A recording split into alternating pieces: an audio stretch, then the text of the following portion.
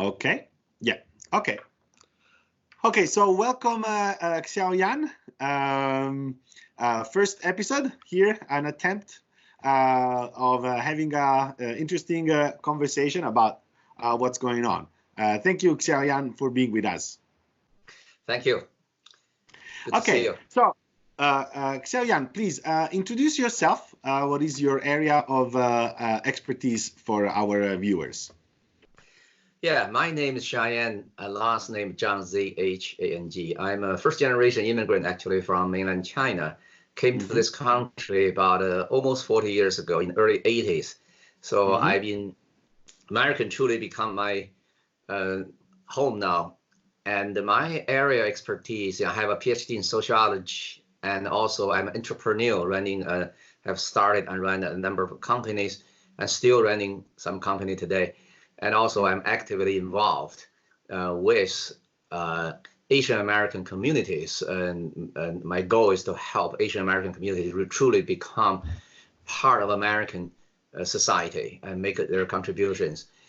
And also I have a particular interest recently in the past few years into data science and big data, artificial intelligence, which I think the whole world is moving into that direction. Definitely. Well, then we are definitely on point because considering the current situation, of course, the impact on our society, not only our American society, but around the world, of course, has been massive, really, almost I would say unprecedented, right? The level that having friends around the world. And seeing that everybody is basically in the same situation. It's on one hand, of course, it's a little bit unsettling. On the other one, it's the first time we have the technology to actually be in contact with people around the world. That I think it's great. Yes, I agree. I think this is unprecedented. Yeah.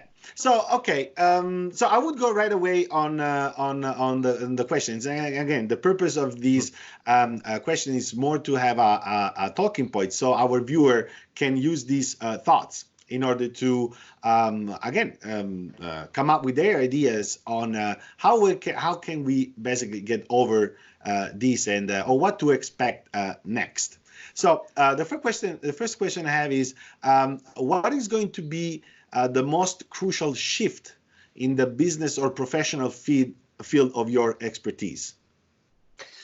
Well, Joseph, as you can see, it is ironic, actually, an invisible enemy. Now force everybody to think hard. And we never really expected this kind of thing. And actually, this invisible enemy forces us to shut down the economy and then generating all those ramifications of the impact we never really imagined before. But I think on the other side, I think this pandemic actually forced the acceleration of our society move into a virtual digital world. We know we're already on that way for at least 2 to 3 decades. Everybody talking about, the virtual world and digital world.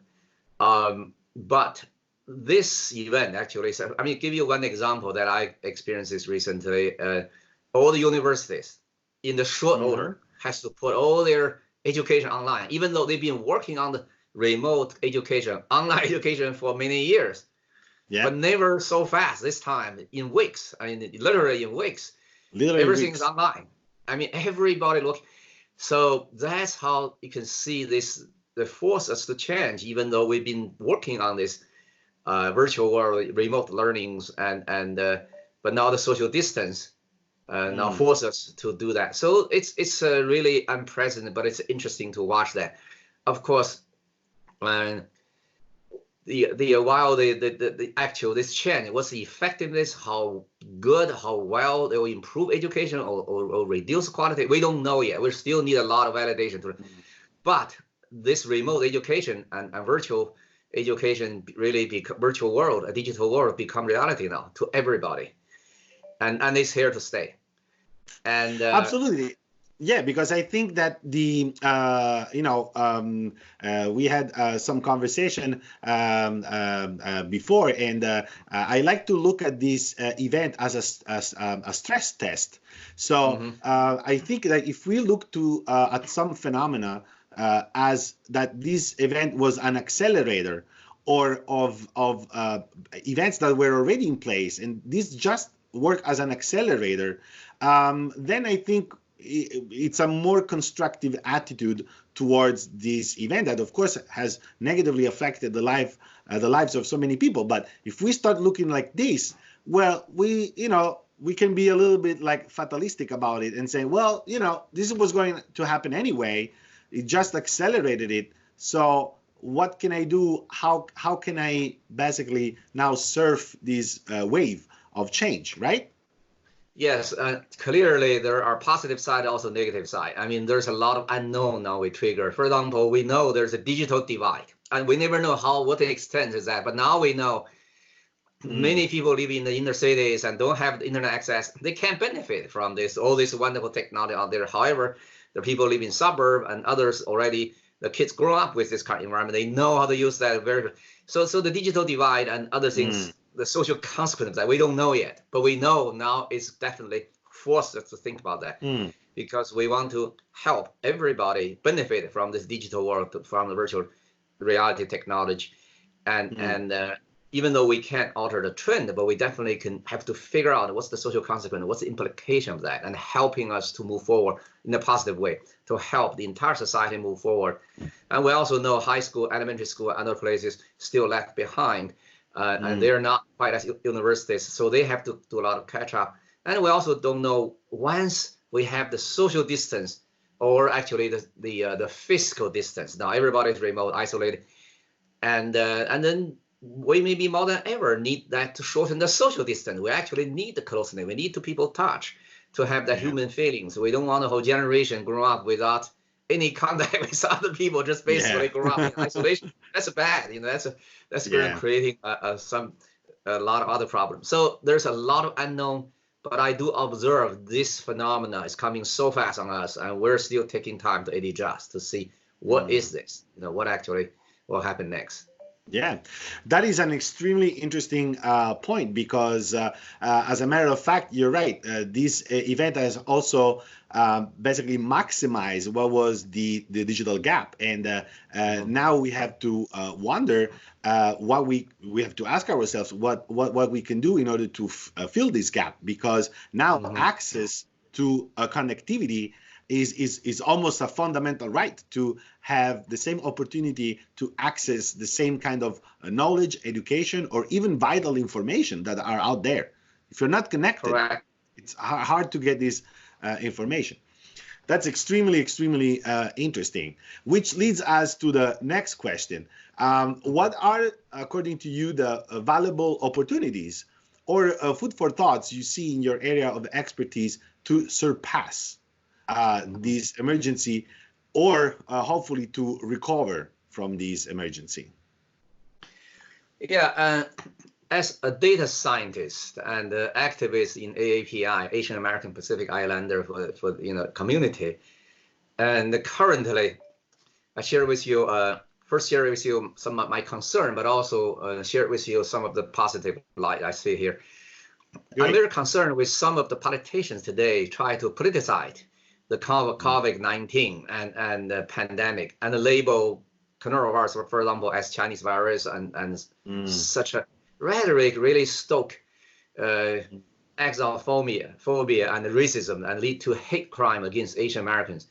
And in today's interconnected global economy, we know one thing we know for sure, that mm, any infectious disease is a threat to the entire human race. It's not like before, the different continents isolated that you can control in some. No, today, no way. I mean, we're all so interconnected.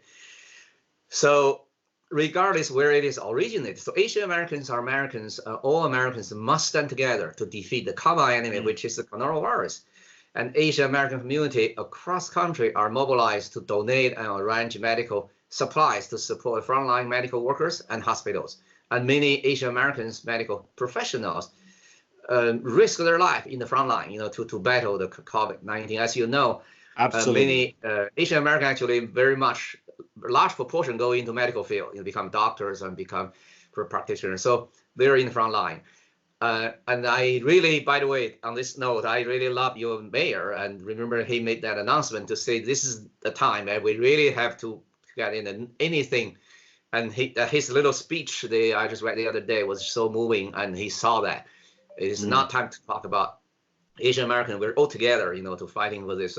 And he even complimented on all the frontline people, from Asian. Absolutely, especially because of the, as you said, of the data of what are the area of interest of many fellow Americans who are of Asian heritage, how much they are involved in the scientific research, in medical research, and in the medical fields. And these Asian Americans are Americans. And as you said, Correct. they are at the front line like anybody else, risking their lives, and it's already a very stressful situation for everybody, considering that, of course, the emotional charge, considering people who of Asian heritage having families in Asia already affected by this, and then they saw this on themselves. It's an extra emotional charge that we should be compassionate about it, and as we are grateful towards many other part of the society who are doing their part, their job, the Asian American community is right there with everybody else. And I think this is also a good learning for Asian American community, because we now realize more than ever what is the spirit of America, why we all want to come here. Yes, we all come here because we want to build a new world together, and the best for the human being, and use the which American has been leading the world in that direction. So relate to that in terms of my field into a big data science and artificial intelligence, I do see this decade, this 2020, the new decade, we're going to see the rise of two A's. That's become clear to me. One A is AI. Artificial intelligence is coming. It's been talked about for a few decades. Way back to the 70s, but really never fruition, because so many different obstacles still need to be overcome. But today, given our infrastructure and the technology development and the actual user case, today the utilization of artificial intelligence in all many different areas, to show that it is time now. AI going to be on the rise for the next 20 or 30 years, next few decades. It's going to be, and that will change our economic life. That will change our with what application you think AI will be more useful? Well, for example, right now we already know there are many surgeries are done by computers now. I mean, they're so precise, and to do, and non-invasive, and also even, so many surgery today, complex surgery actually conducted by robots, not by human, and they're actually doing better than human. And the other area we know that become very promising is, for example, cancer treatment. And we know in any cancer treatment, if we can identify the cancer cells a few months ahead of time, that the survival rate for that person is much improved. And now we know using artificial intelligence, using computer to actually read the X-ray rate or others. It become not for all, but for some, like lung cancer, others, already much more accurate than human, because they can detect things 2 or 3 times, 2 or 3 months ahead of human eyes can actually detect that. No matter how experienced you are, you're just unable, because they can magnify, to detect those things using machine learning, and it's so much faster. There's many areas, application, and some of those I'm directly involved. And it's really amazing to see. One example, for example, I just give you a quick example that I have some knowledge of. For many unusual, the cancer cells, they evolve. So the problems of every year, there's some new type of cancer come out. So that's to doctors a major challenge. They don't know, how do I know? They would wish to say every year there's over 1 million, peer-reviewed articles on this cancer thing.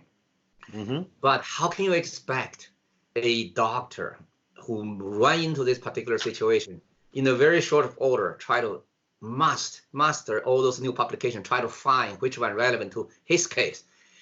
Sure. Now artificial intelligence comes in. Then now they use machine to read it. They can read millions of records, identify relevant in a few hours, and then bring that information to the doctor to say, here are the latest publication on this issue. Think about how that can save life. You know, these kind of things that undoable before, but today using natural language processing and many other techniques, they can do that. So I do see the rise of AI in the economy, and the other one is rise of AAPI, Asian American Pacific Islander. As you know, this country has a fundamental population change right now. The Asian American is one of the fastest growing minority in this country, and there are now about 6%, but the forecast is in the next 20 years it will become 10%, 40 million, you know, in this. So, but the one problem, as you know, is AAPI. They've been doing well in professionally, economically, and education, other things, but they're not politically engaged. They're kind of just taking care of themselves. So I feel now that is something we like to see in the next 20 years also. And before that, maybe there was we're too small, we're negligible, we're marginalized, whatever. But now you have 6% that become 10%, and maybe even longer. You're fast growing. You need to become really American citizen and exercise your protect your right, but also exercise your responsibility and duty to be part of society and to contribute to the positive change of this country. So I think the rise of AAPI and rise of AI is going to affect every aspect of American life in the next 20 years. So that's just my kind of view. And then the current coronavirus and also this moving into more digital world, you can see further kind of make me more confident. This is the trend that we have to watch. Yeah, very interesting. Absolutely, because in America, what is important is that, and that's one of the foundation of this country is representation. It is also true that you have to take the initiative in order to see your community represented. And I think that if anything, this crisis has shown that for sure the contribution of the Asian American community is undoubtable and it's undeniable. But there is an issue in terms of underrepresentation, and it's a duty, it's a moral duty, it's a civic duty of the American population in general to give the Asian American community the opportunity to speak up, but also by the Asian American community to take the initiative because the space is there to be taken, the attention is there to be taken, and it's also a call for the Asian American community to really become more active. And I think your message is very, very important.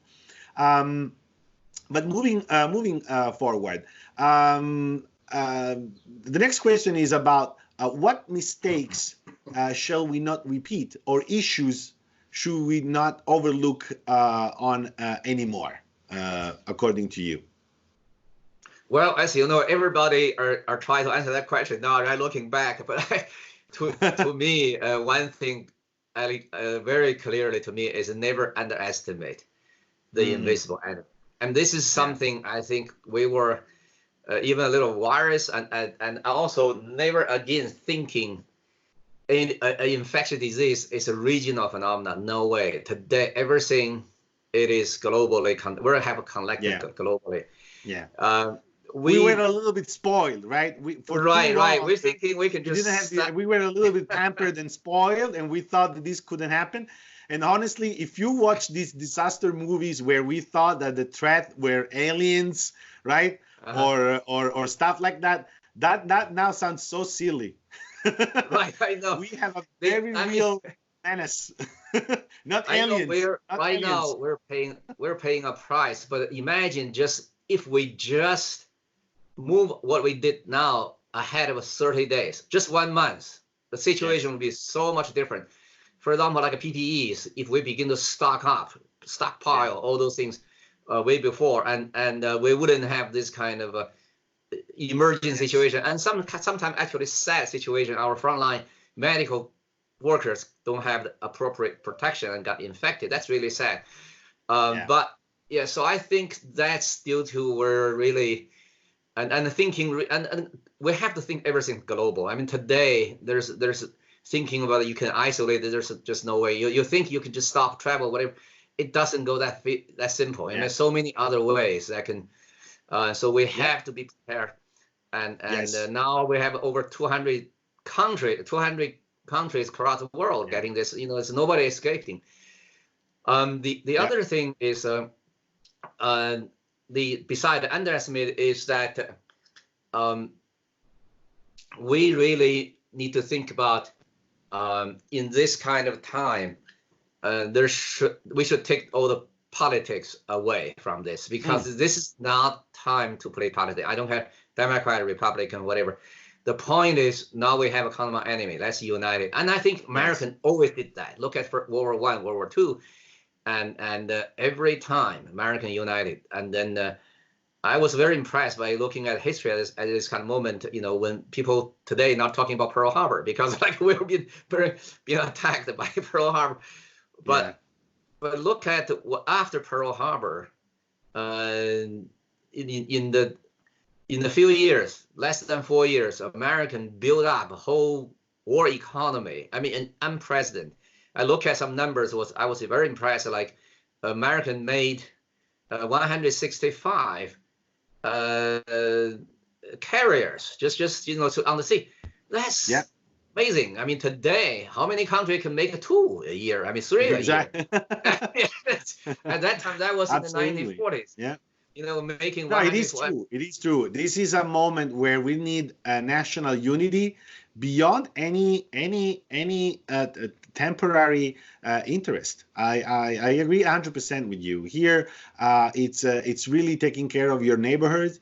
It's taking care of your family, and have a spirit where it's not just a phrase that we are all in this together. It's really what it is. So and together we're stronger. It's really as simple as that. And I think if we focus our emotions on how can now overcome this, instead of pointing fingers, or again being driven by a political interest, it won't help anybody. So I think that also this message is very important, and leads us to the next question, which is, again, according to your expertise, at what conditions the American economy can restart on better ground or become healthier and more robust than the future? Somehow, like learning from those mistakes that you were mentioning. What do you think? How can we restart or be healthier and more robust in terms of the economy specifically? Well, first of all, obviously, I think we all learned something here, that we need to listen to the medical experts. You know, and they are following and study this. There are certain patterns and laws and guiding us, so we can't just be emotional and political with hidden political agenda. It doesn't help. I think in the short term, really, wide available testing capacity to identify and separate infected people from the public, from other uninfected people. That is the first step, because without that, how can people feel confidence to go out, because they don't know who they interact to, right? Yeah. And I think on this one, and I think there's some lesson we can benefit from China. And I've been obviously I'm from China. I have relatives live in China and monitor that closely. One thing they did when they gradually opened up, I think is advisable to us, is even though they open up, and you know that in the train stations, on the bus stations and airport, and even in the major public buildings, every place you'll see people, everybody walks through, you get your temperature checked. Yeah. your temperature being checked, and then if you have any suspicion, then they'll take you to a special place to get tested. And then if they identify you are positive, they're not going to send you back to home. I think this is something maybe we can learn, because China find out 70 to 80% of people infection happen in the home, because people, relatives, they spread that. Yeah. So once you find that, what they do, they take you to a hotel. This is interesting. They have a hotel set up just doing that, and then you're free stay there, but you can't go anywhere. They give you food and everything until you wait for your test result. Now, once you have your test result, if you're negative, yes, you can then do whatever you want, and then if you're positive, they don't send you home. They send you to this stadiums that convert to the temporary hospital. Even you don't have symptom, you'll stay there separate from your family until you test it negative, and then you go. So these kind of things, in one sense, to the individual freedom, yes, they got a lot of restrictions. But on the other side, they really stopped infection. Just stop. You can't go anywhere. I thought that's become very effective, and that's something that we could think about, especially when we're thinking about open up. That is, and then another thing they did. I don't know this country actually we can do that, because in China the data privacy definitely is not as protected here. I totally understand that. But in this instant, once they test you and find out, they actually give you a barcode. Those are two-dimensional code like we use now. You can scan code. We use today. Yeah. And then they give you a scan code on your cell phone, and also give you can put that label stick to your clothes, to your hand or whatever. Yeah. And they give you different colors. It's very interesting. They give you colors. Your color either is red. That means you have to quarantine for 14 days. Or it is yellow, you quarantine for 7 days. Or it's green, and you can move freely. So and then they track that. So every place you go, they just have to use a cell phone, scan your barcode, instant know which color you are, and can tell you where to go. And obviously that they issue those codes through their telecommunications, through their phone systems or whatever. They can track everybody. They can even tell you once scan your code, how many places in the past 15 days you traveled, where did you go to, you're coming from. There's definitely, to me, from American standards, some invasion privacy. They even know that. But on the other side, they very effective controls whether you actually can infect other people. So here the point is like, I mean, that is how they did it. It's not the only way. It's more the principle, right? It's the idea that in order to protect public health, there must be some control in place. So maybe it doesn't need to be extreme like that, but it's more the concept that we need to accept that we don't want to harm ourselves, we don't want to harm our family, and we don't want to harm other people. So it's a compromise that at least temporarily we need to accept, and it's just the way it is. It's the lesser bad in a situation that can be much worse. But in terms of economy, what do you think in terms of economy?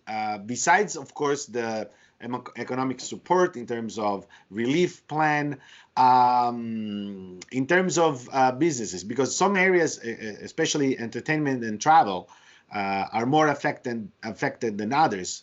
But do you see the chance of like somehow you think implementing these security measures, it's a way to actually restart on a general level?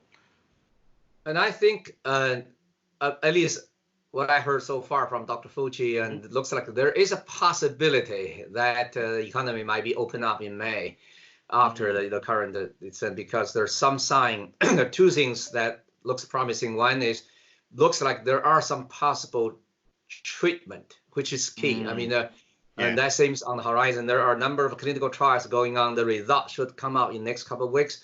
If the result is positive, then I think that's the condition. So even people get infected, excuse me, there is a way you can get treated. And that's definitely. And the other thing is there's some new testing capabilities. They can give you a result within 45 minutes or something, and those would be excellent, and those can be strategically positioned. Even when we open up, if anybody have any sign, then we can immediately take an action so they're not infecting other people. And I think for the public, they need to restore that confidence. They can actually go out without being infected. So that's it. Definitely is going to be a temporary. It will be a slow, gradual open up. And I know some industry definitely will be hurt much worse than the others. And for airline industry, for example, how comfortably people start to feel to be isolated, closed in that small space for a period of time. And there's a psychological side to that as well. So I think there's going to be a slow process. So definitely, absolutely. I agree 100%. Unfortunately, it's just the reality of it. Some sectors are going to be more affected than others. There are going to be other that I was like listening to some commentators that were saying that, of course, some part of the middle class are going to be affected. People who were in the middle class before, who were doing maybe, they were working in restaurants. Maybe now they go to work for Amazon, and of course the wages and the pay is not the same. But this is like wartime. We talk about this. It's just reality kicking in, and it's unfortunate, it's sad, but also if there is a place where we can flip our destiny and try to improve our lives, this is America. Let's not forget that we've been through worse than this, and came out stronger. So that's why I would like you to salute our viewers with the final question, which is a little bit a summary of what we said before, which is what fundamental long-term changes you expect will take place in our country or in general on an international level. The long term. I feel this is actually definitely make everybody think about this hard. I think the pandemic definitely forces every country to rethink and think about the global interdependency in the supply chain. That's something that people, every country know, for military strategic interests, they always control those supplies in-house, inside. But now they realize even for medical supplies, that is also a need to be thinking in terms of as a strategic supply. Because and also technology, right? I mean, if you need those technological devices, you have to have a backup plan. If you have to shut down your borders, you need to have a minimum capacity, even for technology. Because as we were saying, the accessibility to technology is key. You need to have that technology available at home. Sure. Yeah, I know that's something. So I think the direct impact for that in the short term, many countries will reallocate the resource and develop a homeland supply chains for critical products such as medical supply. I think that's going to happen because they burn this time. This is definitely clearly. However, in the long term, though, I think actually I'm thinking on the other side, people actually feel it's more important actually have the globalization because but this globalization should be a better coordinated, rather than in the past, since World War II, American has been performed the leading role in this, and then now the geopolitical force has changed, so that we have a different center now, European, EUs and Asian and American. So there will be a rebalancing that's going on, which this time I think expose the problem. I mean, this time you can see clearly we do not have a very strong international collaboration right now. Yeah. So everybody protect themselves, but we lack that international collaboration. Of course, everybody underestimate this invisible enemy, and even like Germany and Italian is one of the actually better medical system in the world, and then Spain and others, they all underestimate, and then this exceed their worst scenario. They prepared. So I think now is speaking more. On one hand, I think everybody will protect themselves, but on the other side, we should now realize that we need a new world order in terms of coordinating this kind of crisis. Have a better coordinated, rather than blaming each other, but rather when something happens, immediately everybody safe on guard and start to be prepared, and assuming that it will spread. It's not going to be isolated. It will be spread. I think that might be something actually good come out of that. No country can fight this alone. I think that's something if we hopefully everybody realize. That is extremely important. I agree. I couldn't agree more. It's evident that trying to make an effective metaphor is like in a fire. Everybody had basically his own house on fire. So everybody said, okay, my house is burning. First, I have to extinguish that fire before I can start taking care about you. But where is the fire department? We should have a global fire department that we must be willing to pay in order to intervene. In this case, more coordination And moving forward, I think that this is diplomacy that has to work at its best. Overcoming our differences and see that how silly that is, that to fight again on resources, on borders, how silly it is when we have a threat like this. Let's build the World Fire Department for crisis, so we don't have to take care first of our house and then let everything else burn. Because then when you go back and the fire on your house is over, there is nothing you can go back to, because the rest of the world burned. So I agree. I think Joseph, imagine if we have such a international body that's especially set up to imagine the worst situation for a new pandemic start. And when this pandemic started in one country in Africa, in Middle East, or in Europe, doesn't matter where, then we can instantly organize the international forces and try to control that whole thing just in there, and prepare the rest of the world to say, be ready for this. The situation will be totally different. And according to, and then we can have some everybody, if every country contributes some fund to set up the organization to operate, to be prepared to respond in the future. I think look at the total loss, compare the total loss today. The GDP is going to be negative for the entire world for this year. Talking about trillions of dollars. But if we only put a little bit of money up front to set up organizational card and controls that, that's a bigger saving. If we can make us thinking that way in the future, that would be great, right?